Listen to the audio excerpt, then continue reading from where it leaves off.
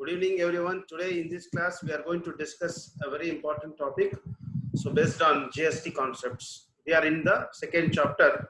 So in the last class, students, I'm going to remind, so we have discussed certain important concepts. That is aggregate turnover we have discussed, and also we went on to learn about so outward supply, inward supply, and other important aspects we have learned in the previous class.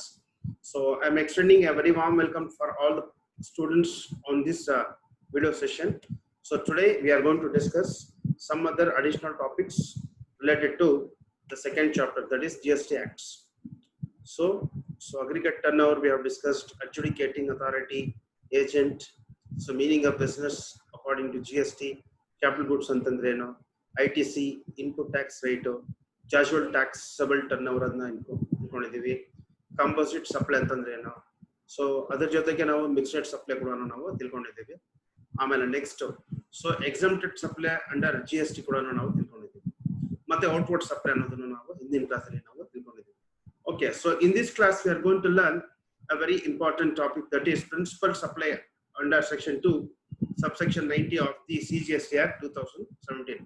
So ಈ ಒಂದು ತರಗತಿಯಲ್ಲಿ ನಾವು ಬಹಳ ಮುಖ್ಯವಾದಂತಹ ಒಂದು principal supply ಏನಪ್ಪಾ ಅನ್ನೋದನ್ನ ನಾವಿಲ್ಲಿ ತಿಳ್ಕೊಳ್ಳೋಣ. See, first of all, so the concept of principal ಅಂತಂದ್ರೆ main component ಅಂತ. So let me read this slide here. So let us try to come out some of the important informations here. Principal supply ಅಂತಂದ್ರೆ it means the supply of goods and services which forms or constitutes the predominant element of composite supply and to which any other supply forming part is ancillary. So ಇದರ meaning ಏನಪ್ಪಾ ಅಂತಂದ್ರೆ, so main product ಜೊತೆ supplementary products ಅದು ಏನ್ ಕೊಡ್ತಾರೆ ಅದ್ರ ಎರಡು ಸೇರಿಸ್ಬಿಟ್ಟು ನಾವೇನ್ ಹೇಳ್ತೀವಿ, ಕಾಂಪೋಸಿಟ್ ಸಪ್ಲೈ ಅಂತ ನಾವು ಹೇಳ್ತೀವಿ. So I am going to tell you one example here. Goods are packed and transported with insurance. The supply of goods, packing materials, transportation, insurance is a composite supply. If these goods are to be supplied here in this example, goods are the principal supply. ನೋಡಿ, so ನಾವು ಏನೋ ಒಂದು ವಸ್ತುವನ್ನ ನಾವು purchase ಮಾಡ್ತೀವಿ ಅಥವಾ ಒಂದು so ಏನೋ ಒಂದು ಪ್ರಾಡಕ್ಟ್ಸ್ ಅನ್ನ ನಾವು ಪರ್ಚೇಸ್ ಮಾಡ್ತೀವಿ. ಆ ಪ್ರಾಡಕ್ಟ್ಸ್ ಪರ್ಚೇಸ್ ಮಾಡಿ ಆದ್ಮೇಲೆ ಅದ್ರ ಜೊತೆಗೆ ಅವ್ರು ಏನ್ ಮಾಡ್ತಾರೆ, ಸೊ ಟ್ರಾನ್ಸ್ಪೋರ್ಟೇಷನ್, ನೆಕ್ಸ್ಟ್ ಇನ್ಶೂರೆನ್ಸ್ ಎಲ್ಲ ಬಂದ್ಬಿಟ್ಟು ಟೋಟಲ್ ಆಗಿ ಅವರ ನಮ್ಗೆ ಚಾರ್ಜ್ ಮಾಡ್ತಾರೆ. ಸೊ ಮೇನ್ ನಮ್ಗೆ ಪ್ರಿನ್ಸಿಪಲ್ ಸಪ್ಲೈ ಏನಪ್ಪಾ ಅಂತದ್ದು ಗೂಡ್ಸ್. ಆ ಗೂಡ್ಸ್ ಜೊತೆಗೆ ಅವ್ರು ಪ್ಯಾಕ್ ಮಾಡ್ತಾರೆ, ಅದ್ರ ಜೊತೆಗೆ ಟ್ರಾನ್ಸ್ಪೋರ್ಟೇಷನ್ ಮಾಡ್ಕೊಡ್ತಾರೆ, ಅದ್ರ ಜೊತೆಗೆ ಪ್ಯಾಕಿಂಗ್ ಮೆಟೀರಿಯಲ್, ಇನ್ಶೂರೆನ್ಸ್ ಎಲ್ಲ ಮಾಡಿ ಕೊಡ್ತಾರಲ್ಲ. ಸೊ ಇದಕ್ಕೆಲ್ಲದಕ್ಕೂ ಸೇರಿ ನಾವೇನ್ ಹೇಳ್ತೀವಿ, ಕಾಂಪೋಸಿಟ್ ಸಪ್ಲೈ. ಈ ಒಂದು ಎಕ್ಸಾಮ್ ನಲ್ಲಿ ಗೂಡ್ಸ್ ಬಂದ್ಬಿಟ್ಟು ಒಂದು ಪ್ರಿನ್ಸಿಪಲ್ ಸಪ್ಲೈ ಅಂತ ನಾವಿಲ್ಲಿ ಹೇಳ್ಬೋದು. See, one example I have told you in the previous classes also. So let me remind that I'm going to tell you one more example. See, you are going to book a two-wheeler. So two-wheeler ಅನ್ನ ನೀವು book ಮಾಡ್ತೀರಾ. So two-wheeler ಬಂದ್ಬಿಟ್ಟು principal supply product. ಅದ್ರ ಜೊತೆಗೆ ನಿಮ್ಗೆ insurance, so transportation, so ಅದ್ರ ಜೊತೆಗೆ next ನಿಮ್ಗೆ ಫಸ್ಟ್ ಏಡ್ ಬಾಕ್ಸ್ ಕಿಟ್ ಕೊಡ್ತಾನೆ, ಟೂಲ್ ಕಿಟ್ ಕೊಡ್ತಾನೆ, ಅಥವಾ ಬಂದ್ಬಿಟ್ಟು ಮ್ಯಾನ್ಯುಯಲ್ ಕೊಡ್ತಾನೆ. So other things will be given to that. So other things is called as supplementary components ಅಂತ ಹೇಳ್ತೀವಿ, ಅಥವಾ ಅದನ್ನ ನಾವೇನ್ ಹೇಳ್ತೀವಿ, ಅಡಿಷನಲ್ ಕಾಂಪೋನೆಂಟ್ಸ್ ಅಂತ ಹೇಳ್ತೀವಿ. ಸೊ ಪ್ರಿನ್ಸಿಪಲ್ ಸಪ್ಲೈ ಅಂತಂದ್ರೆ ಇಲ್ಲಿ ಬಂದ್ಬಿಟ್ಟು two wheeler, so main supply ಅಂತ ಹೇಳ್ಬೋದು. So similarly you take an example of you are going to buy mobile phone. Mobile phone ಅನ್ನು ನೀವು ಪರ್ಚೇಸ್ ಮಾಡ್ತೀರಾ. Mobile phone forms principal supply. ಅದ್ರ ಜೊತೆಗೆ ಅವ್ರು ಏನ್ ಮಾಡ್ತಾರೆ, ಸೊ ಹೆಡ್ಫೋನ್ಸ್ ಕೊಡ್ತಾರೆ. ನೆಕ್ಸ್ಟ್ ಬಂದ್ಬಿಟ್ಟು so they are going to give you the other important things like Bluetooth will be given. All these things are supplementary products. So in this example, the main product forms, that is what we call it as principal supply. ಏನಪ್ಪಾ ಅಂತಂದ್ರೆ ಈ mobile phone ಅನ್ನೋದು principal supply ಅಂತ ನಾವು ಹೇಳ್ತೀವಿ. So the next one, so coming to the next concept, ನೋಡಿ principal supply ಆಗಿದ ತಕ್ಷಣ so next important concept what we are going to discuss here, place of supply ಅಂತ ಹೇಳ್ತೀವಿ. In simple, place of supply ಏನಪ್ಪಾ ಅಂತಂದ್ರೆ it refers to the place where the goods and services are supplied by the supplier to the beneficiary. ನೋಡಿ, supplier ಅಂತಕ್ಕಂಥವನು ಅವನು ಏನ್ ಮಾಡ್ತಾನೆ, ಒಂದು ಕಸ್ಟಮರ್ಗೆ ಅಥವಾ ಒಂದು ಬೆನಿಫಿಷಿಯರಿಗೆ ಅವನು ಏನ್ ಮಾಡ್ತಾನೆ, ಗೂಡ್ಸ್ ಅನ್ನ ಅವನು ಸಪ್ಲೈ ಮಾಡ್ತಾನೆ ಅಥವಾ ಸರ್ವಿಸಸ್ ಅನ್ನ ಅವನು ಸಪ್ಲೈ ಮಾಡ್ತಾನೆ. ಸೊ ಇದಕ್ಕೆ ನಾವೇನ್ ಹೇಳ್ತೀವಿ, ಪ್ಲೇಸ್ ಆಫ್ ಸಪ್ಲೈ. ಎಲ್ಲಿ ಪ್ಲೇಸ್ ಆಫ್ ಸಪ್ಲೈ ಮಾಡ್ತಾನೆ ಅನ್ನೋದನ್ನ ನಾನು ಇಲ್ಲಿ ಒಂದು ಎಕ್ಸಾಂಪಲ್ ಹೇಳ್ತೀನಿ. ನೋಡಿ, ಮಿಸ್ಟರ್ ಎಕ್ಸ್ ಅಂತ ಒಂದು ಎಕ್ಸಾಂಪಲ್ ತಗೊಳ್ಳಿ. Mister X of Bangalore, he's in Karnataka, sells 20 washing machines to Mr. Y, Mysore of Karnataka. ನೋಡಿ, ಮಿಸ್ಟರ್ ಎಕ್ಸ್ ಅಂತಕ್ಕಂಥವನು ಒಂದು ಸಪ್ಲೈಯರ್ ಅಥವಾ ಒಂದು ಸೆಲ್ಲರ್ ಅಂತ ಹೇಳ್ಕೊಳ್ಬೋದು. he is residing in Karnataka. 20 washing machines ಅನ್ನ ಅವನ ಮೈಸೂರಿಗೆ ಅವನೇನ್ ಮಾಡ್ತಾನೆ, ಸೇಲ್ ಮಾಡ್ತಾನೆ. Mysore is also falls in the same state. So ಇದು ಬಂದ್ಬಿಟ್ಟು ನಾವು ಇಂಟ್ರಾ ಸ್ಟೇಟ್ ಅಂತ ಹೇಳ್ತೀವಿ. ಪ್ಲೇಸ್ ಆಫ್ ಸಪ್ಲೈ ಇದರಲ್ಲಿ ಯಾವ್ದಪ್ಪ ಅಂತಂದ್ರೆ, so Mysuru is the place of supply. In this case, so the place of supply is Mysuru. Since the supply has been made in the same state, intra-state, therefore CGST and SGST will be charged. ಏನಪ್ಪಾ ಇದೆ ಒಂದು example ಅಂತಂದ್ರೆ, so ಬೆಂಗಳೂರಲ್ಲಿ supplier ಇರ್ತಾನೆ, Karnataka state ಅಲ್ಲಿ recipient ಅಥವಾ ಬಂದ್ಬಿಟ್ಟು ಒಂದು ರಿಸೀವರ್ ಬಂದ್ಬಿಟ್ಟು ಬೆನಿಫಿಷಿಯರಿ ಎಲ್ಲಿ ಇರ್ತಾನೆ, ಅವನು ಮೈಸೂರಲ್ಲಿ ಇರ್ತಾನೆ. ಸೊ ಅವನು ಬೆಂಗಳೂರಿಂದ ಮೈಸೂರಿಗೆ ಸಪ್ಲೈ ಮಾಡ್ತಾನೆ. ಸೊ ಪ್ಲೇಸ್ ಆಫ್ ಸಪ್ಲೈ ಯಾವ್ದಾಗತ್ತೆ ಇಲ್ಲಿ, ಸೊ ಮೈಸೂರು ಆಗುತ್ತೆ. ಸೊ ಹಾಗಾಗಿ ಈ ಒಂದು ಸಪ್ಲೈಯರ್ ಕರ್ನಾಟಕದಲ್ಲೇ ಮತ್ತೆ ನೆಕ್ಸ್ಟ್ ರಿಸೀವರ್ ಕೂಡ ಕರ್ನಾಟಕದಲ್ಲೇ ಇದು ಇರೋದ್ರಿಂದ ನಾವು ಇದಕ್ಕೆ ಏನಂತ ಹೇಳ್ತೀವಿ, ಇಂಟ್ರಾ ಸ್ಟೇಟ್ ಸಪ್ಲೈ ಅಂತ ನಾವು ಹೇಳ್ತೀವಿ. ಸೊ ಯಾವಾಗ ಇಂಟ್ರಾ ಸ್ಟೇಟ್ ಸಪ್ಲೈ ಆಗುತ್ತೆ ಅವಾಗ CGST ಮತ್ತೆ SGST ಬಂದ್ಬಿಟ್ಟು ಅಪ್ಲಿಕೇಬಲ್ ಆಗುತ್ತೆ. So next place of supply, why is it very important ಅಂತ ನನಗೆ ಕೇಳಿದ್ರೆ, ಯಾಕೆ ಇದು ಇಂಪಾರ್ಟೆಂಟ್ ಅಂತಂದ್ರೆ, place of supply is very important for so imposing of taxes. So intra state ಆದ್ರೆ CGST SGST ಆಗ್ತಾರೆ, ಸೊ ಇಂಟರ್ ಸ್ಟೇಟ್ ಆದ್ರೆ LGST ಆಗ್ತಾರೆ. ಸೊ ಅದಕ್ಕೆ ಪ್ಲೇಸ್ ಆಫ್ ಸಪ್ಲೈ ಬಹಳ ಮುಖ್ಯವಾದಂತಹ ಒಂದು ಸೊ ಕಾನ್ಸೆಪ್ಟ್ ಅಂತ ನಾವಿಲ್ಲಿ ಹೇಳ್ಕೊಳ್ಬಹುದು. Next place of supply services where the location of the supplier and recipient is in India. ನೋಡಿ, ಇಂಡಿಯಾನಲ್ಲಿ ಭಾರತದ ಒಂದು ಯಾವುದೇ ಮೂಲೆಯಲ್ಲಿ ಸೊ ಗುಡ್ಸ್ ಅಥವಾ ಒಂದು ಸರ್ವಿಸಸ್ ಸಪ್ಲೈ ಆಗಿದ್ರೆ, ಸೊ ಇದು ಬಂದ್ಬಿಟ್ಟು ವಿತಿನ್ ಎ ಕಂಟ್ರಿ ಅಥವಾ ವಿತಿನ್ ಇನ್ ಇಂಡಿಯಾ ಅಂತ ನಾವಿಲ್ಲಿ ಹೇಳ್ತೀವಿ. ಅದೊಂದು ಕಾನ್ಸೆಪ್ಟ್ ಆಗಿರ್ಬೋದು. Place of supply on services where location of the supplier or location of the recipient is outside India. ನೋಡಿ, ಸರಬರಾಜು ಮಾಡ್ತಕ್ಕಂಥವನು ಮತ್ತೆ ನೆಕ್ಸ್ಟ್ ಆ ಬೆನಿಫಿಷಿಯರಿ ಗೂಡ್ಸ್ ಅನ್ನ ಪರ್ಚೇಸ್ ಮಾಡ್ಕೊಂತಕ್ಕಂಥವನು ಅಥವಾ ಸರ್ವಿಸಸ್ ಅನ್ನ ಪರ್ಚೇಸ್ ಮಾಡ್ತಕ್ಕಂಥವನು ಸೊ ಬೇರೆ ಬೇರೆ ಒಂದು ರಾಷ್ಟ್ರದಲ್ಲಿದ್ರೆ ಅಂತಹ ಒಂದು ಇದಕ್ಕೂ ನಾವೇನಂತಿರ್ತೀವಿ, ಸೊ ಅದಕ್ಕೆ ನಾವು IGST ಅಪ್ಲಿಕೇಬಲ್ ಆಗುತ್ತೆ. ಅದು ಔಟ್ಸೈಡ್ ಇಂಡಿಯಾ ಅಂತಂದ್ರೆ ಫಾರಿನ್ ಕಂಟ್ರಿಗೆ ಬಂದ್ಬಿಡುತ್ತೆ, ಅಥವಾ ಒಂದು ಫಾರಿನ್ ಲೊಕೇಶನ್ಗೆ ಬಂದ್ಬಿಡುತ್ತೆ. ಸೊ ಅವಾಗ IGST ನಾವು ಇಂಪೋಸ್ ಮಾಡ್ತೀವಿ. So this is what we call it as the concept of place of supply ಅಂತ ನಾವಿಲ್ಲಿ ಹೇಳ್ತೀವಿ. So next concept supplier and goods ಅಂತ ಹೇಳ್ಬಿಟ್ಟು. So students, we know that what is the concept of supplier and what we know about goods. ನೋಡಿ, ಈ GST ಅಂತಕ್ಕಂಥ ಒಂದು ಬಹಳ ಇಂಡೈರೆಕ್ಟ್ ಟ್ಯಾಕ್ಸೇಷನ್ ಸಿಸ್ಟಮ್ ಬಹಳ ಒಂದು ಸುಲಭ, ಬಹಳ ಒಂದು ಚೆನ್ನಾಗಿರ್ತಕ್ಕಂಥ ಒಂದು ಸಿಸ್ಟಮ್ ಅನ್ನ ನಾವು ಸೊ ನಮ್ಮ ಭಾರತ ದೇಶದಲ್ಲಿ ಇಂಪ್ಲಿಮೆಂಟ್ ಮಾಡಿದ್ದಾರೆ. ಸೊ ಈ ಒಂದು ಕಾನ್ಸೆಪ್ಟ್ ಅಲ್ಲಿ let us try and understand what is the meaning of supplier and what exactly is the meaning of goods. ನೋಡಿ, supplier, so I am going to read this out with the help of this slide here. Supply ಅಂತಂದ್ರೆ ಏನಪ್ಪಾ include ಆಗುತ್ತೆ ಅಂತಂದ್ರೆ, sale ಆಗಿರ್ಬೋದು, transfer ಆಗಿರ್ಬೋದು, exchange ಆಗಿರ್ಬೋದು, barter ಆಗಿರ್ಬೋದು, lease ಆಗಿರ್ಬೋದು, ರೆಂಟ್ ಆಗಿರ್ಬೋದು, ಸೊ ಲೀಸ್ ಅಂಡ್ ಡಿಸ್ಪೋಸಬಲ್ ಆಗಿರ್ಬೋದು. If a person undertakes either of these transactions during the course or furtherance of business or consideration, it will be covered under the meaning of supply under GST ಅಂತ ಹೇಳ್ತಾರೆ. ನೋಡಿ, supply ಅಂತಂದ್ರೆ ಬರೀ sale ಮಾತ್ರ ಆಗಲ್ಲ. So barter exchange ಆಗಿರ್ಬೋದು, barter system ಆಗಿರ್ಬೋದು, so transfer ಆಗಿರ್ಬೋದು, ಲೈಸೆನ್ಸ್ ಆಗಿರ್ಬೋದು, ಸೊ ರೆಂಟ್ ತಗೊಳ್ಳಿರುವ ಆಗಿರ್ಬೋದು. ಸೊ ಇದೆಲ್ಲ ಬಂದ್ಬಿಟ್ಟು ನಾವೇನೇನ್ ಹೇಳ್ತೀವಿ, ಸಪ್ಲೈ ಅಂತ ನಾವಿಲ್ಲಿ ಹೇಳ್ತೀವಿ. ಈ ಎಲ್ಲ ಒಂದು ಗುಡ್ಸ್ ಅನ್ನ ಅಥವಾ ಒಂದು ಸರ್ವಿಸಸ್ ಅನ್ನ ಯಾರು ಸಪ್ಲೈ ಮಾಡ್ತಾನೆ ಅವನಿಗೆ ನಾವೇನೇನ್ ಹೇಳ್ತೀವಿ, ಸಪ್ಲೈಯರ್ ಅಂತ ಹೇಳ್ತೀವಿ. Or so in short, I am going to put it across in a nutshell, the person who supplies all this kind of goods and services to the recipient is called as supplier. For example, Mr. Z ಅಂತ ಒಂದು supplier ಇರ್ತಾನೆ, ಅವನು ಏನ್ ಮಾಡ್ತಾನೆ, electronic goods ಅನ್ನ ಅವನು supply ಮಾಡ್ತಾನೆ. So Mr. Z is called as supplier ಅಂತ ಹೇಳ್ತೀವಿ. ಅದೇ ತರ ಬಂದ್ಬಿಟ್ಟು ಇವಾಗ ಕಾರ್ ಇಂಡಸ್ಟ್ರೀಸ್ ತಗೊಳ್ಳಿ ನೀವು, ಸೊ ಶೋರೂಮ್ ತಗೊಳ್ಳಿ, ಮಾರುತಿ ಸುಜುಕಿ ಶೋರೂಮ್ ತಗೊಳ್ಬೋದು, ನೀವು Hyundai ಶೋರೂಮ್ ತಗೊಳ್ಬೋದು. So these people R the best standing example for supplier of 4 wheelers ಅಂತ ಹೇಳ್ಬೋದು. ಸೊ ಸಪ್ಲೈಯರ್ ಆಫ್ ಸರ್ವಿಸಸ್ ಗಳನ್ನು ಆಗಿರ್ಬೋದು, ಏರ್ಟೆಲ್ ತಗೊಳ್ಬೋದು ನೀವು, ಫಾರ್ ಎಕ್ಸಾಂಪಲ್ ಐಡಿಯಾ ತಗೊಳ್ಬೋದು, telecom services and retail outlets ತಗೊಳ್ಬೋದು, physical shops. So these are constitutes an example of supplier of goods and services ಅಂತ ನಾವು ಹೇಳ್ಬೋದು. So this is what we have discussed about the concept of supplier.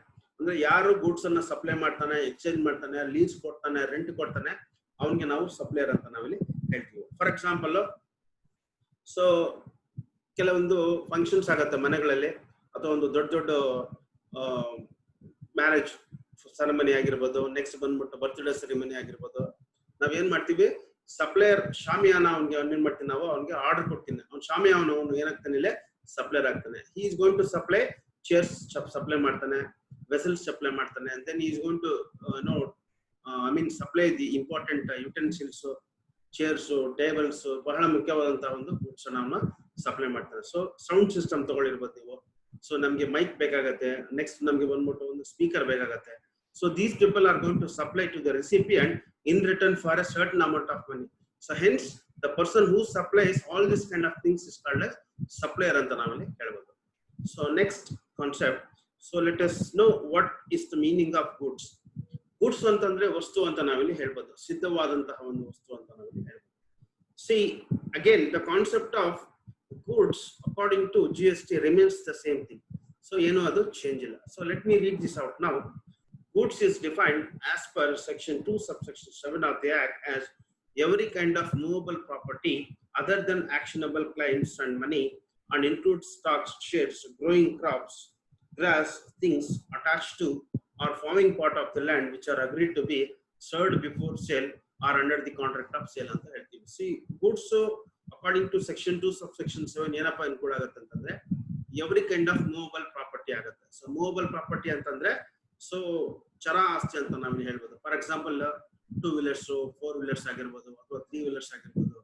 So ಅದಕ್ಕೆಲ್ಲ ನಾವು ಏನ್ ಹೇಳ್ತೀವಿ, goods ಅಂತ ಹೇಳ್ತೀವಿ. ಕೆಲವೊಂದು ಎಕ್ಸೆಪ್ಷನ್ಸ್ ಇದೆ, ಆಕ್ಷನಬಲ್ ಕ್ಲೈಮ್ಸ್, ಮನಿ. ಸೊ ಇದೆಲ್ಲ ಬಂದ್ಬಿಟ್ಟು ಈ ಗೂಡ್ಸ್ ಒಂದು ಸೊ ಇದರಲ್ಲಿ ಪ್ರೂಫ್ ಅಲ್ಲಿ ಸೇರ್ಕೊಳ್ಳೋದಿಲ್ಲ. ಸೊ ಅದ್ ಬಿಟ್ರೆ ಬೇರೆದೆಲ್ಲ ಬಂದ್ಬಿಟ್ಟು ನಾವೇನೇನ್ ಹೇಳ್ತೀವಿ, ಗೂಡ್ಸ್ ಅಂತ ನಾವಿಲ್ಲಿ ಹೇಳ್ತೀವಿ. ಗೂಡ್ಸ್ ಬಂದ್ಬಿಟ್ಟು so fast moving consumer goods ಆಗಿರ್ಬೋದು, ಅಥವಾ ಡ್ಯೂರಬಲ್ ಗೂಡ್ಸ್ ಆಗಿರ್ಬೋದು, ಅಥವಾ ನೆಕ್ಸ್ಟ್ ಬಂದ್ಬಿಟ್ಟು ಎಲೆಕ್ಟ್ರಾನಿಕ್ ಗೂಡ್ಸ್ ಆಗಿರ್ಬೋದು. So these are very best examples for the concept of goods ಅಂತ ನಾವಿಲ್ಲಿ ತಿಳ್ಕೊಳ್ಬೋದು. So this is what V learned about the concept of supplier and so goods ಅಂತ ನಾವಿಲ್ಲಿ ಹೇಳ್ತೀವಿ. So the next concept that I am going to explain in this slide, that is input service distributor. What do you mean by input service distributor? ನೋಡಿ, input service ಅಂತಂದ್ರೆ ಕೆಲವೊಂದು services ಅನ್ನ ಕೆಲವೊಂದು organisations use ಮಾಡ್ತಾರೆ. ಆ ಒಂದು organisations ಏನೇನು services ಅನ್ನ ಯೂಸ್ ಮಾಡ್ತಾರೆ ಅದಕ್ಕೆ ಇನ್ಪುಟ್ ಸರ್ವಿಸ್ ಅಂತ ನಾವಿಲ್ಲಿ ಹೇಳ್ತೀವಿ. ಓಕೆ, ಡಿಸ್ಟ್ರಿಬ್ಯೂಟರ್ ಯಾರಪ್ಪ ಅಂತಂದ್ರೆ the person who distributes the services is called as distributor ಅಂತ ಹೇಳ್ತೀವಿ. ಅಥವಾ the person who distributes the goods ಅವನಿಗೆ ಏನಂತೀವಿ ನಾವು, ಡಿಸ್ಟ್ರಿಬ್ಯೂಟರ್ ಅಂತ ಹೇಳ್ತೀವಿ. ಫಾರ್ ಎಕ್ಸಾಂಪಲ್ ಒಂದು ಆಯಿಲ್ ಡಿಸ್ಟ್ರಿಬ್ಯೂಟರ್ಸ್ ಆಗಿರ್ಬೋದು, ಬಿಸ್ಕೆಟ್ ಡಿಸ್ಟ್ರಿಬ್ಯೂಟಿಂಗ್ ಏಜೆನ್ಸಿ ಆಗಿರ್ಬೋದು, ಅಥವಾ ನೆಕ್ಸ್ಟ್ ಬೇರೆ ಮಿಲ್ಕ್ ಡಿಸ್ಟ್ರಿಬ್ಯೂಟಿಂಗ್ ಏಜೆನ್ಸೀಸ್ ಆಗಿರ್ಬೋದು. ಸೊ ಡಿಸ್ಟ್ರಿಬ್ಯೂಟರ್ಸ್ ಅಂತಂದ್ರೆ ಸೊ ಯಾರು ಡಿಸ್ಟ್ರಿಬ್ಯೂಟ್ ಮಾಡ್ತಾನೆ, so taluk wise district wise ಯಾರು ಡಿಸ್ಟ್ರಿಬ್ಯೂಟ್ ಮಾಡ್ತಾನೆ ಅವ್ನಿಗೆ ನಾವೇನೇನ್ ಕರಿತೀವಿ, ಜನರಲ್ ಆಗಿ ಏನಂತ ಕರಿತೀವಿ, ಡಿಸ್ಟ್ರಿಬ್ಯೂಟರ್ ಅಂತ ನಾವಿಲ್ಲಿ ಕರಿತೀವಿ. ಸೊ ಇಲ್ಲಿ GST ನಲ್ಲಿ ತಿಳ್ಕೊಳ್ಳೋದಕ್ಕೆ ಹೋಗೋಣ. ಇಲ್ಲಿ what is the meaning of input service distributor ಅಂತ ಏನಪ್ಪಾ ಅನ್ನೋದನ್ನ ತಿಳ್ಕೊಳ್ಳೋಣ. ಇಲ್ಲಿ according to section 2 subsection 61 of central goods and service tax act 2017, input service distributor ISD means an office of the supplier of goods and services or both which receives tax invoices issued under section 31 towards the receipt of input services and issues a prescribed document for the purposes of distributing the credit of central tax, state tax, integrated tax, or union territory tax paid on the state services to a supplier of taxable goods or services, both having the same permanent account numbers as that on the state office ಅಂತ ಹೇಳ್ತಾರೆ. So ಏನಪ್ಪಾ ಇದ್ರ meaning ಅಂತಂದ್ರೆ, so ಒಂದು main head, for example ಡೆಲ್ಲಿನಲ್ಲಿ ಒಂದು main branch ಇರುತ್ತೆ, head quarter ಇರುತ್ತೆ. For example Bata industries ನೇ ತಗೊಳ್ಳಿ, ಡೆಲ್ಲಿನಲ್ಲಿ ಬಂದ್ಬಿಟ್ಟು ಹೆಡ್ ಕ್ವಾರ್ಟರ್ ಇರುತ್ತೆ ಅಂತ ತಿಳ್ಕೊಳ್ಳಿ. ಸೊ ಡೆಲ್ಲಿನಲ್ಲಿ ಹೆಡ್ ಕ್ವಾರ್ಟರ್ ಇರುತ್ತೆ, ಡೆಲ್ಲಿನಲ್ಲಿ ಬಂದ್ಬಿಟ್ಟು ರಿಜಿಸ್ಟರ್ ಮಾಡಿರ್ತಾರೆ. ಸೊ ಒಂದು ಬ್ರಾಂಚಸ್ ಬಂದ್ಬಿಟ್ಟು ಬ್ಯಾಂಗ್ಳೂರಲ್ಲಿ ಇರುತ್ತೆ ಅಂತ ತಿಳ್ಕೊಳ್ಳಿ, ನೆಕ್ಸ್ಟ್ ಬಂದ್ಬಿಟ್ಟು ಕೇರಳನಲ್ಲಿ ಇರುತ್ತೆ ಅಂತ ತಿಳ್ಕೊಳ್ಳಿ, ಕರ್ನಾಟಕ, ಕೇರಳ, ಮಹಾರಾಷ್ಟ್ರನಲ್ಲಿ ಇರುತ್ತೆ ಅಂತ ತಿಳ್ಕೊಳ್ಳಿ. ಇಲ್ಲಿ ಮೇನ್ ಆಫೀಸ್ ಎಲ್ಲಪ್ಪ ಇರೋದಂತಂದ್ರೆ ಡೆಲ್ಲಿನಲ್ಲಿ, but it has the branches in the different 3 states. So the states that are I have told you, Karnataka being one state, Maharashtra being one state and the other one Kerala. So ಇವ್ರೇನ್ ಮಾಡ್ತಾರೆ, ಡೆಲ್ಲಿನಲ್ಲಿ ಇರ್ತಕ್ಕಂಥ main branch ಕೆಲವೊಂದು so ಒಂದು services ಅನ್ನ hire ಮಾಡ್ತಾರೆ. For example internet services ಆ ಡೆಲ್ಲಿನಲ್ಲಿ ಇರ್ತಕ್ಕಂಥವ್ರು ಮಾತ್ರ ಯೂಸ್ ಮಾಡ್ತಾರೆ ಅವರು? ಇಲ್ಲ. ಆ ಒಂದು ಸರ್ವಿಸಸ್ ಬಂದ್ಬಿಟ್ಟು ಇಂಟರ್ನೆಟ್ ಸರ್ವಿಸಸ್ ಅಥವಾ ಬೇರೆ ರೀತಿಯ ಸರ್ವಿಸಸ್ ಕರ್ನಾಟಕ ಬ್ರಾಂಚ್ ಅವರು ಯೂಸ್ ಮಾಡ್ತಾರೆ, ಕೇರಳ ಬ್ರಾಂಚ್ ಅವರು ಯೂಸ್ ಮಾಡ್ತಾರೆ, ನೆಕ್ಸ್ಟ್ ಮಹಾರಾಷ್ಟ್ರ ಬ್ರಾಂಚ್ ಅವರು ಯೂಸ್ ಮಾಡ್ತಾರೆ. ಆ ಸರ್ವಿಸಸ್ ಅನ್ನ ಅವ್ರು ಏನ್ ಯೂಸ್ ಮಾಡ್ತಾರೆ ಅದಕ್ಕೆ ನಾವೇನೇನ್ ಹೇಳ್ತೀವಿ, ಇನ್ಪುಟ್ ಸರ್ವಿಸ್ ಅಂತ ನಾವೇನು ಹೇಳ್ತೀವಿ. ಓಕೆ, ಆ ಸರ್ವಿಸಸ್ ನಾವು ಡಿಸ್ಟ್ರಿಬ್ಯೂಟ್ ಸರ್ವಿಸಸ್ ಕೊಡ್ತಕ್ಕಂತ ಒಂದು ಫರ್ಮ್ ಏನ್ ಮಾಡಿದ್ದಾನೆ, ಒಂದು ಫಾರ್ ಎಕ್ಸಾಂಪಲ್ ಒಂದು 10,000 ರೂಪಾಯಿಗೆ ಅವನು ಸೊ ಬಿಲ್ ಮಾಡ್ತಾನೆ, ಬಿಲ್ ಮಾಡ್ಬಿಟ್ಟು ಅವರು main head office branch Delhi ಬ್ರಾಂಚ್ಗೆ ಕಳಿಸ್ತಾನೆ. ಸೊ ಅದ್ರ ಮೇಲೆ ಒಂದು 12% ಅಥವಾ 18% GST ಆಗ್ಬಿಟ್ಟು ಒಂದು ಇನ್ವಾಯ್ಸ್ ಬಂದ್ಬಿಟ್ಟು ಡೆಲ್ಲಿ ಮೇನ್ ಬ್ರಾಂಚ್ ಮೇಲೆ ಅವನು ಡ್ರಾ ಮಾಡ್ತಾನೆ. ಫಾರ್ ಎಕ್ಸಾಂಪಲ್ ಆ ಟ್ಯಾಕ್ಸ್ 10,000 ಮೇಲೆ ಅವ್ನು 12% ಮಾಡ್ತಾನೆ ಅಂತ ತಿಳ್ಕೊಳ್ಳಿ, 1200 ಟ್ಯಾಕ್ಸ್ ಬರುತ್ತೆ. ಆ ಒಂದು ಟ್ಯಾಕ್ಸ್ ಏನಕ್ಕಪ್ಪ, ಆ ಟ್ಯಾಕ್ಸ್ ಬಂದ್ಬಿಟ್ಟು ಯಾರು ತಗೊಂತಾರೆ? ಸೊ ಆ ಟ್ಯಾಕ್ಸ್ ಪೇ ಮಾಡೋದು ಡೆಲ್ಲಿ ನಲ್ಲಿ ಇರ್ತಕ್ಕಂಥ ಒಂದು ಬಾಟಾ ಹೆಡ್ ಕ್ವಾರ್ಟರ್ಸ್. ಅವ್ರು ಏನ್ ಮಾಡ್ತಾರೆ, ಈ 1200 ಈ ಮೂರು ಒಂದು ಸ್ಟೇಟ್ ಅಲ್ಲಿ ಇರುತ್ತಲ್ಲ, ಕರ್ನಾಟಕ ಆಗಿರ್ಬೋದು, ಮಹಾರಾಷ್ಟ್ರ ಆಗಿರ್ಬೋದು, ನೆಕ್ಸ್ಟ್ ಬಂದ್ಬಿಟ್ಟು ಕೇರಳ ಆಗಿರ್ಬೋದು, ಈ ಮೂರು ಬ್ರಾಂಚ್ಗೆ ಆ 1200 rupees ಅವರು ಡಿಸ್ಟ್ರಿಬ್ಯೂಟ್ ಮಾಡ್ಬಿಡ್ತಾರೆ. ಸೊ ಆ ಡಿಸ್ಟ್ರಿಬ್ಯೂಟ್ ಮಾಡ್ತಾರಲ್ಲ, ಅದಕ್ಕೆ ನಾವೇನಂತ ಹೇಳ್ತೀವಿ, ಡಿಸ್ಟ್ರಿಬ್ಯೂಟರ್ ಅಂತ ಹೇಳ್ತೇವೆ. ಇನ್ಪುಟ್ ಸರ್ವಿಸಸ್ ಅನ್ನ ಬಂದ್ಬಿಟ್ಟು ಈ ಮೂರು ಬ್ರಾಂಚ್ ಅವರು ಯೂಸ್ ಮಾಡ್ತಾರೆ. Karnataka branch, Kerala branch, Maharashtra branch. ಆ ಒಂದು ಸರ್ವಿಸಸ್ ಅನ್ನ ಯೂಸ್ ಮಾಡ್ಬಿಟ್ಟು ಸೊ ನೆಕ್ಸ್ಟ್ ಬಂದ್ಬಿಟ್ಟು ಆ ಟ್ಯಾಕ್ಸ್ ಏನ್ ಕಟ್ಟಿರುತ್ತೆ ಡೆಲ್ಲಿ ಹೆಡ್ ಕ್ವಾರ್ಟರ್, ಆ ಟ್ಯಾಕ್ಸ್ ಅನ್ನ ಬಂದ್ಬಿಟ್ಟು 3 ಜನಕ್ಕೂ ಡಿಸ್ಟ್ರಿಬ್ಯೂಟ್ ಮಾಡ್ಬಿಡ್ತಾರೆ. ಸೊ ಇಲ್ಲಿ ಇನ್ಪುಟ್ ಸರ್ವಿಸ್ ಯಾರು ಪ್ರೊವೈಡ್ ಮಾಡ್ತಾರೆ, ಇಲ್ಲಿ ಎಕ್ಸ್ಟರ್ನಲ್ ಯಾರೋ ಒಂದು ಥರ್ಡ್ ಪಾರ್ಟಿ ಬಂದ್ಬಿಟ್ಟು ಸರ್ವಿಸ್ ಕೊಡ್ತಾರೆ. ಆ ಸರ್ವಿಸ್ ಕೊಟ್ಬಿಟ್ಟು ಆ ಟ್ಯಾಕ್ಸ್ ಬಂದ್ಬಿಟ್ಟು ಆ ಟ್ಯಾಕ್ಸ್ ಅನ್ನ ಬಂದ್ಬಿಟ್ಟು ಈ ಮೂರು ಒಂದು ಡಿಫ್ರೆಂಟ್ ಸ್ಟೇಟ್ಸ್ ಅಲ್ಲಿ ಮೂರು ಒಂದು ಬ್ರಾಂಚಸ್ ಇರುತ್ತಲ್ಲ, ಅವ್ರಿಗೆ ಬಂದ್ಬಿಟ್ಟು ಟ್ಯಾಕ್ಸ್ ಅನ್ನ ಏನ್ ಮಾಡ್ಬಿಡ್ತಾರೆ, ಎಲ್ಲರಿಗೂ ಬಂದ್ಬಿಟ್ಟು ಟ್ಯಾಕ್ಸ್ ಅನ್ನ ಡಿಸ್ಟ್ರಿಬ್ಯೂಟ್ ಮಾಡ್ತಾರೆ. ಸೊ ಹಾಗಾಗಿ ಇಲ್ಲಿ ಡೆಲ್ಲಿ ಬಾಟಾ ಶೋರೂಮ್ ಬಂದ್ಬಿಟ್ಟು ಏನಂತ ರೋಲ್ ಪ್ಲೇ ಮಾಡುತ್ತೆ, ಡಿಸ್ಟ್ರಿಬ್ಯೂಟರ್ ಅಂತ ಹೇಳ್ತೀವಿ. ಸೊ ಇನ್ಪುಟ್ ಸರ್ವಿಸ್ ಡಿಸ್ಟ್ರಿಬ್ಯೂಟರ್ ಅಂತ ನಾವಿಲ್ಲಿ ಹೇಳ್ತೀವಿ. So let me tell you one example. ಇಲ್ಲಿ ನೋಡ್ಕೊಳ್ಳಿ ನೀವು, X limited of Mumbai hires and HR consultancy firm for its branches at Kolkata, Delhi and Patna. ಇಲ್ಲಿ ನೋಡಿ ಒಂದು ಎಕ್ಸಾಂಪಲ್. ಎಕ್ಸ್ ಲಿಮಿಟೆಡ್ ಆಫ್ ಮುಂಬೈನಲ್ಲಿ ಎಕ್ಸ್ ಲಿಮಿಟೆಡ್ ಅಂತಕ್ಕಂಥ ಒಂದು ಫರ್ಮ್ ಇದೆ ಅಂತೆ. ಅವ್ರು ಏನ್ ಮಾಡಿದಾರೆ ಅಂದ್ರೆ ಒಂದು HR ಕನ್ಸಲ್ಟೆನ್ಸಿ ಫರ್ಮ್ಗೆ ಅವ್ರು ಏನ್ ಮಾಡಿದ್ದಾರೆ, ಹೈರ್ ಮಾಡ್ಕೊಂಡಿದ್ದಾರೆ. HR ಕನ್ಸಲ್ಟೆನ್ಸಿ ಫರ್ಮ್ಗೆ ಅವ್ರು ಏನ್ ಮಾಡಿದ್ದಾರೆ, ಹೈರ್ ಮಾಡಿದ್ದಾರೆ. ಆ HR ಕನ್ಸಲ್ಟೆನ್ಸಿ ಫರ್ಮ್ ಬಂದ್ಬಿಟ್ಟು ಹ್ಯೂಮನ್ ರಿಸೋರ್ಸಸ್ ಅನ್ನ ಸಪ್ಲೈ ಮಾಡುತ್ತೆ, ಆ ಸರ್ವಿಸಸ್ ಅನ್ನ ಸಪ್ಲೈ ಮಾಡುತ್ತೆ. ಸೊ ಬಂದ್ಬಿಟ್ಟು ಮೇನ್ ಬ್ರಾಂಚ್ ಇರೋದು ಬಂದ್ಬಿಟ್ಟು ಮುಂಬೈನಲ್ಲಿ ಹೆಡ್ ಕ್ವಾರ್ಟರ್. ಇದ್ರದ್ದು ಬೇರೆ ಬ್ರಾಂಚಸ್ ಕೋಲ್ಕತ್ತಾ ಇದೆ, ಡೆಲ್ಲಿ ಇದೆ, ಪಟ್ನಾ ಇದೆ. ಇವ್ರು ಏನ್ HR ಕನ್ಸಲ್ಟೆನ್ಸಿ ಫರ್ಮ್ ಮುಂಬೈ ಅವರು ಸರ್ವಿಸ್ ಅನ್ನ ತಗೊಂತಾರೆ, ಅದೇ ಸರ್ವಿಸು ಆ ಬ್ರಾಂಚಸ್ ಕೋಲ್ಕತ್ತಾ, ಡೆಲ್ಲಿ ಅದು ಕೂಡ ಆ services HR consultancy firm services ಅನ್ನ ರಿಸೀವ್ ಮಾಡ್ತಾರೆ. ಇಲ್ಲಿ ನೋಡಿ next, HR consultancy firm raises an invoice of 11,200 rupees, 10,000 plus 12% GST. ಆ HR ಕನ್ಸಲ್ಟೆನ್ಸಿ ಫರ್ಮ್ ಇರುತ್ತಲ್ಲ, ಅದು ಬಂದ್ಬಿಟ್ಟು ಏನ್ ಮಾಡಿದ್ದಾರೆ, 10,000 ರೂಪಾಯಿ ಬಂದ್ಬಿಟ್ಟು 10,000 ಪ್ಲಸ್ ಅವ್ರ ಅಮೌಂಟ್ ಪ್ಲಸ್ 12% GST ಅನ್ನ ಅವರು ಇಂಪ್ಲಿಮೆಂಟ್ ಮಾಡ್ತಾರೆ. ಇಂಪ್ಲಿಮೆಂಟ್ ಮಾಡಿದ್ರೆ ಎಷ್ಟು ಬರುತ್ತೆ, 10,000 ಮೇಲೆ 12% 1,200. ಸೊ ಟೋಟಲ್ 11,200 ರೂಪಾಯಿ ಅಂತ ಬಂದ್ಬಿಟ್ಟು ಅವರು ಇನ್ವಾಯ್ಸ್ ಬಂದ್ಬಿಟ್ಟು ಎಕ್ಸ್ ಲಿಮಿಟೆಡ್, ಇಲ್ಲಿ ಹೆಡ್ ಆಫೀಸ್ ಇದೆಲ್ಲ ಎಕ್ಸ್ ಲಿಮಿಟೆಡ್ ಅವ್ರ ಹೆಸರಲ್ಲಿ ಸೊ ಇನ್ವಾಯ್ಸಸ್ ಅನ್ನ ಪ್ರಿಪೇರ್ ಮಾಡ್ತಾರೆ. Next, in this case X limited can distribute GST proportion 1,200 among it's branches. 10,000 plus 100%, 10,000 ಎಷ್ಟು ಬರುತ್ತೆ, 1,200 ಬರುತ್ತೆ.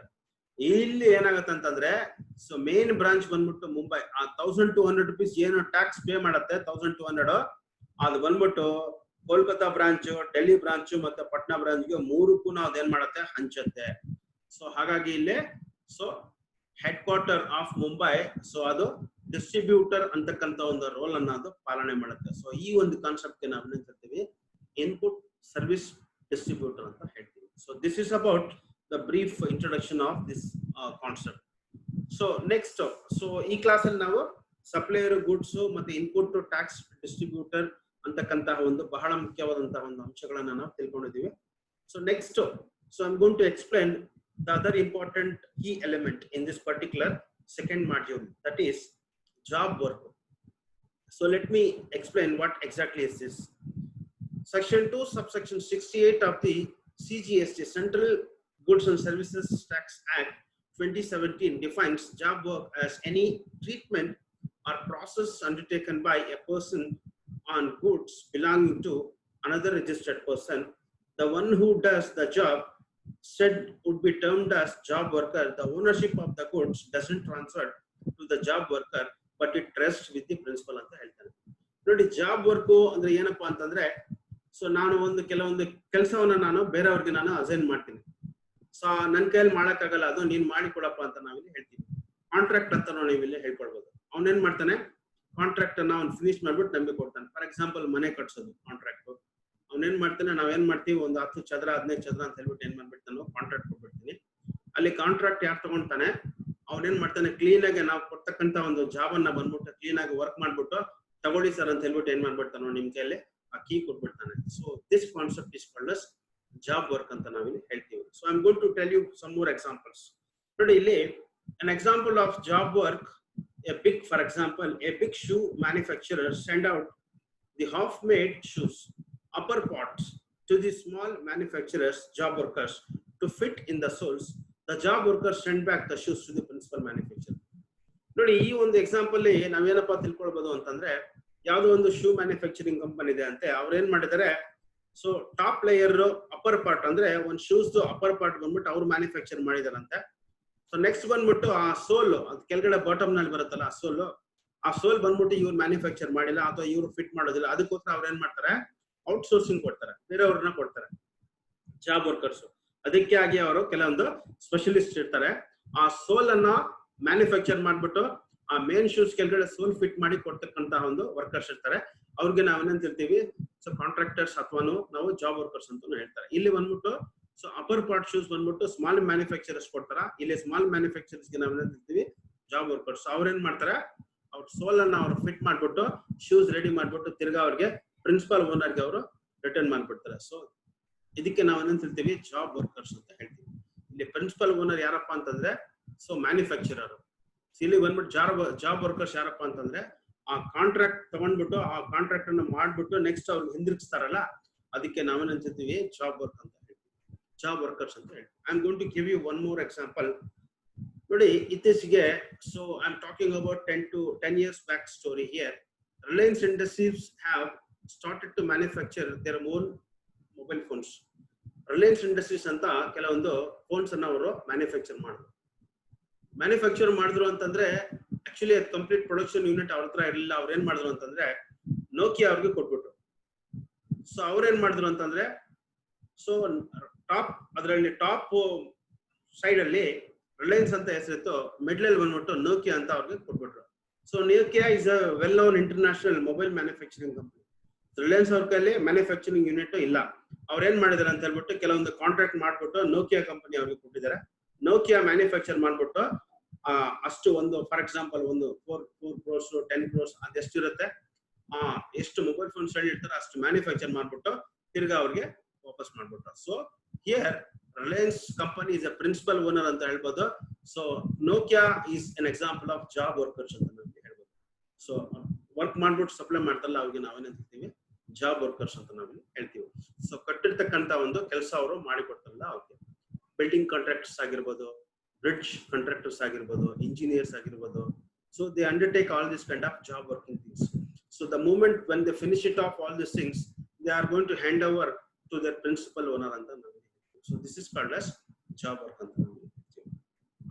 So students, in this class we have learnt a very important, so some of the most important topics, that is job work we have discussed. What is the meaning of supplier, goods antakanta ಒಂದು concept ಅನ್ನ discuss ಮಾಡಿದ್ವಿ.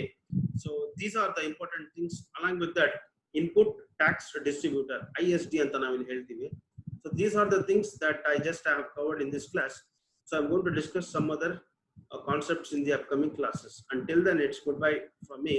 So I hope you have understood when you are going to see these videos. I hope you have understood about the previous videos. Thank you everyone.